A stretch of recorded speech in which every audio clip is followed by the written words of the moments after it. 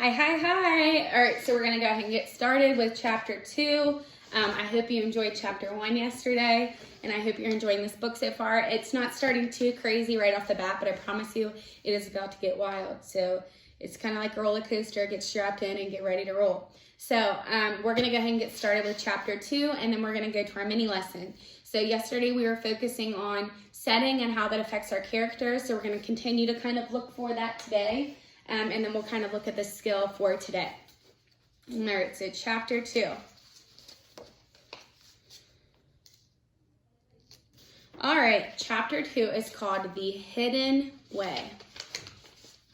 Harvey said nothing about his peculiar visit to either his mom or his dad, in case they put locks on the windows to stop Rictus returning to the house. But the trouble with keeping the visit a secret was that after a few days, Harvey began to wonder if he'd imagined the whole thing. Perhaps he'd fallen asleep at the window, he thought, and Rictus had simply been a dream. He kept hoping, nevertheless. "Watch for me," Rictus had said, and Harvey did just that. He watched from the window of his room, he watched from his desk at school, he even watched with one eye when he was lying on his pillow at night. But Rictus didn't show.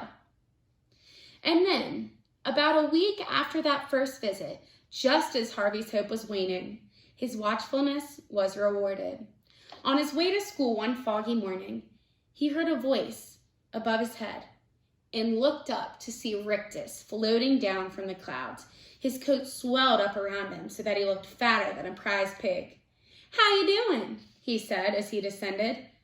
"I was starting to think I'd invented you," Harvey replied. "You know, like a dream." "I get that a lot," Rictus said, his smile wider than ever, "particularly from the ladies. You're a dream come true, they say." He winked. "And who am I to argue? You like my shoes?" Harvey looked down at Rictus's bright blue shoes. They were quite a sight, and he said so.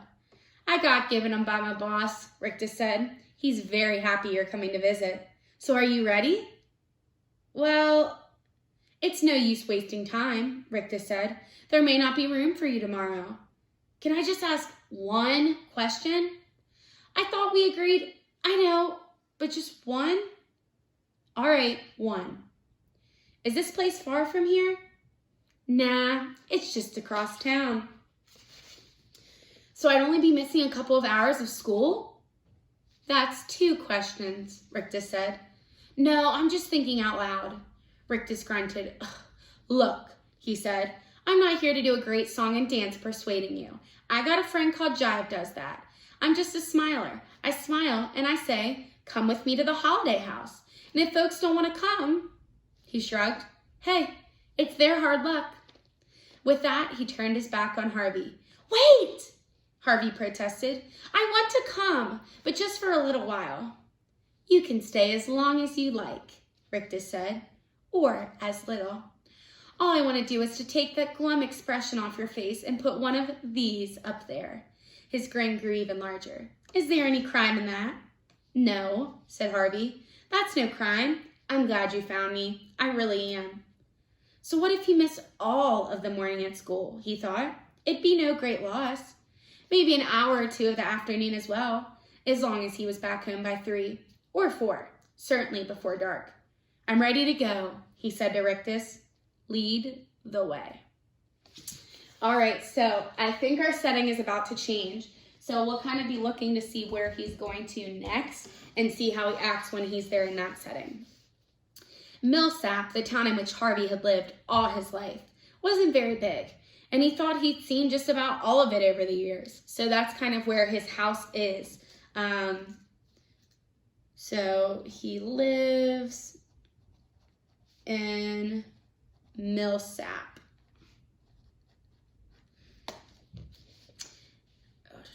But the streets he knew were soon behind them, and though Rictus was setting a fair speed, Harvey made sure he kept a mental list of landmarks along the way, in case he had to find his way home on his own. A butcher's shop with 2 pigs' heads hanging from hooks, a church with a yard full of old tombs beside it, the statue of some dead general, covered from hat to stirrups in pigeon dung. All these sights and more he noted and filed away. And while they walked, Rictus kept up a stream of idle chatter. "I hate the fog, just hate it," he said. And there'll be rain by noon. We'll be out of it, of course. He went on from talk of rain to the state of the streets. Look at this trash all over the sidewalk. It's shameful. And the mud, it's making a final mess of my shoes. He had plenty more to say, but none of it was very enlightening. So after a while, Harvey gave up listening. How far was this holiday house? He began to wonder. The fog was chilling him, and his legs were aching. If they didn't get there soon, he was going to turn back. I know what you're thinking, said Rictus. I bet you don't. You're thinking this is all a trick. You're thinking Rictus is leading you on a mystery tour and there's nothing at the end of it. Isn't that true? Maybe a little. Well, my boy, I've got news for you. Look up ahead. He pointed, and there, not very far from where they stood, was a high wall, which was so long that it disappeared into the fog, to right and left. What do you see? Rictus asked him. A wall. Harvey replied, though the more he stared at it, the less certain of this he was. The stones, which had seemed solid enough at first sight, now looked to be shifting and wavering, as though they'd been chiseled from the fog itself, and piled up here to keep out prying eyes. It looks like a wall, Harvey said, but it's not a wall. You are very observant, Rictus replied admiringly.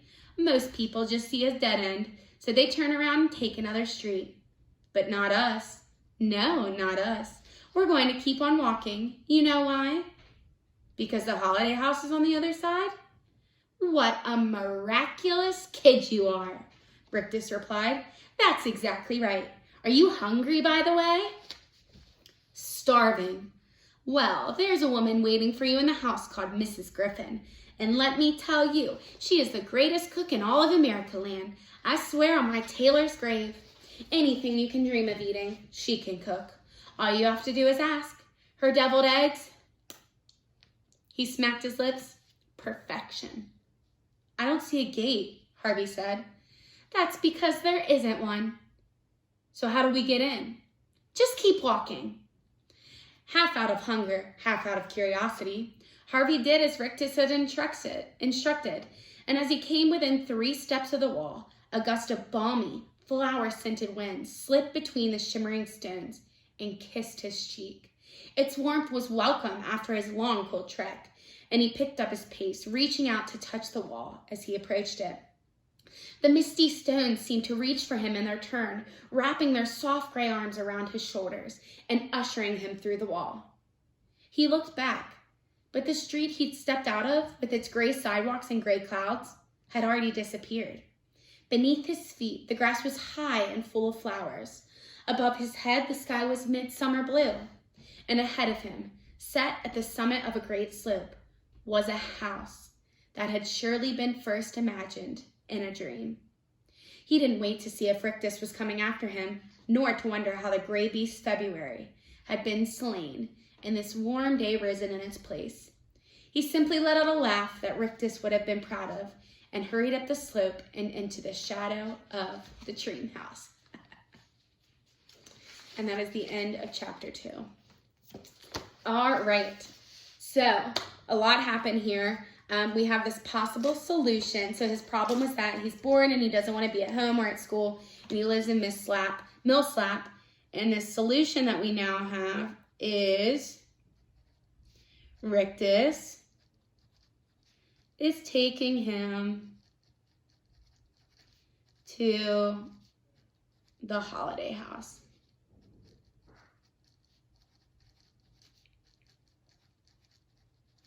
All right, so I kind of want to just let you think about this. Every time we read a book, anytime you pick up a book, a physical book, I mean, you could do this with an online book also, like on Epic and whatnot, but if you have a physical book, there's one thing that good readers always do before they even start reading.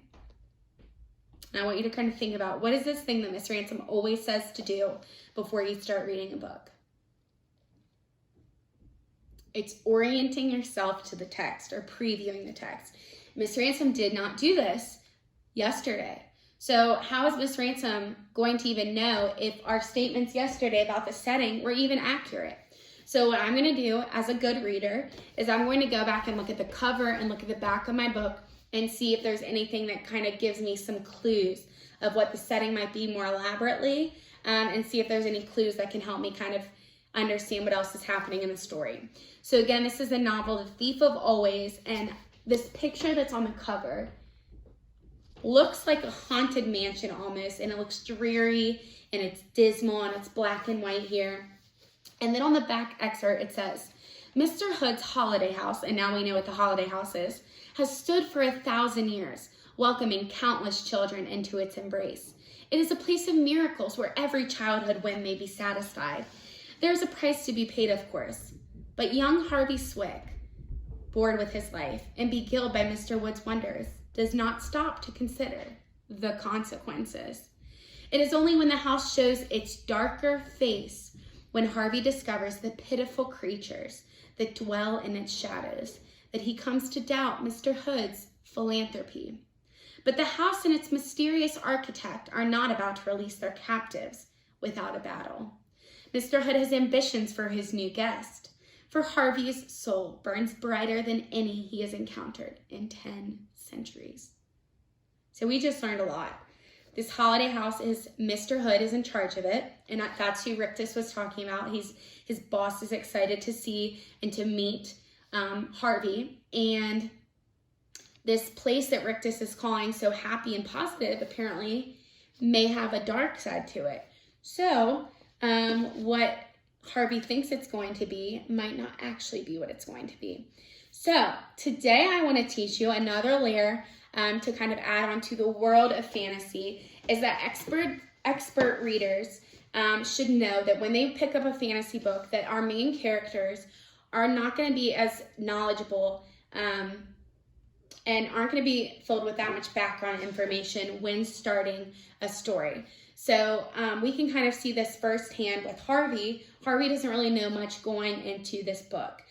He's going to this holiday house. He knows nothing about it besides that whatever Rictus is telling him. So with this being said, we are going to make sure that good readers, I'm going to teach you that good readers pay attention to signposts of learning moments for characters. So we're going to pay very, very, very close attention to parts of the text where our main character, which probably is Harvey, is going to be learning new things. So we're going to be learning alongside the main character. So when you go to read today, if you have already, when you go to read today, look and see what is my main character learning. So where are these opportunities in the book where our author, Clive Barker, purposely hit the text in a certain way to where the character learns and we learn alongside the main character. So I kind of want to think back to what we just read, and let's kind of look back and see if Clive Barker has kind of given us a hint of a possibility of Harvey learning some things. So I'm going to kind of go in here and let's go back to chapter 2. When we left off with chapter 2 at the end of it, we had Mrs. Griffin, who's going to make all this great food, and he's going into the shadow of the dream house. And he said something about, are you hungry? Rictus said, you're very observant. Most people just see a dead end, so they turn around and take another street. Harvey said, it looks like a wall, but it's not a wall.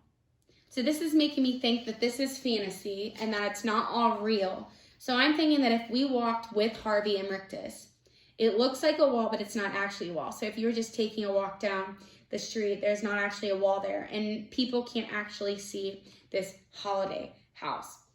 So I'm going to kind of just go through this here, and where are places in the text where readers can see and learn alongside the main character.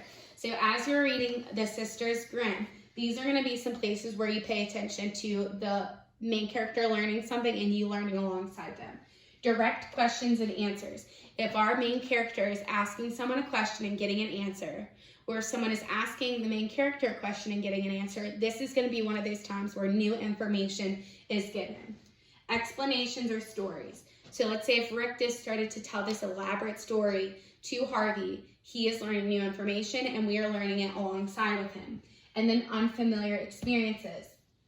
Hello, Harvey is going to have an unfamiliar experience. Just now he's going to this holiday house that he's never been to. So he is going to be learning all this new information, and we are going to learn alongside him. And that's what great readers of fantasy do. So I'm going to kind of move this here, and we're going to kind of think about our new setting. So our new setting that we have here is Mr. Hood's holiday house. Okay. Now we're going to kind of figure out, how does it make Harvey feel?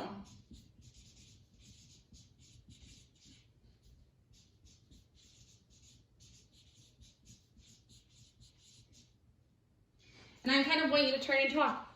Do we know how Harvey feels right now in this holiday house? Do we know how he feels? Can I answer this yet? No, we don't know, right?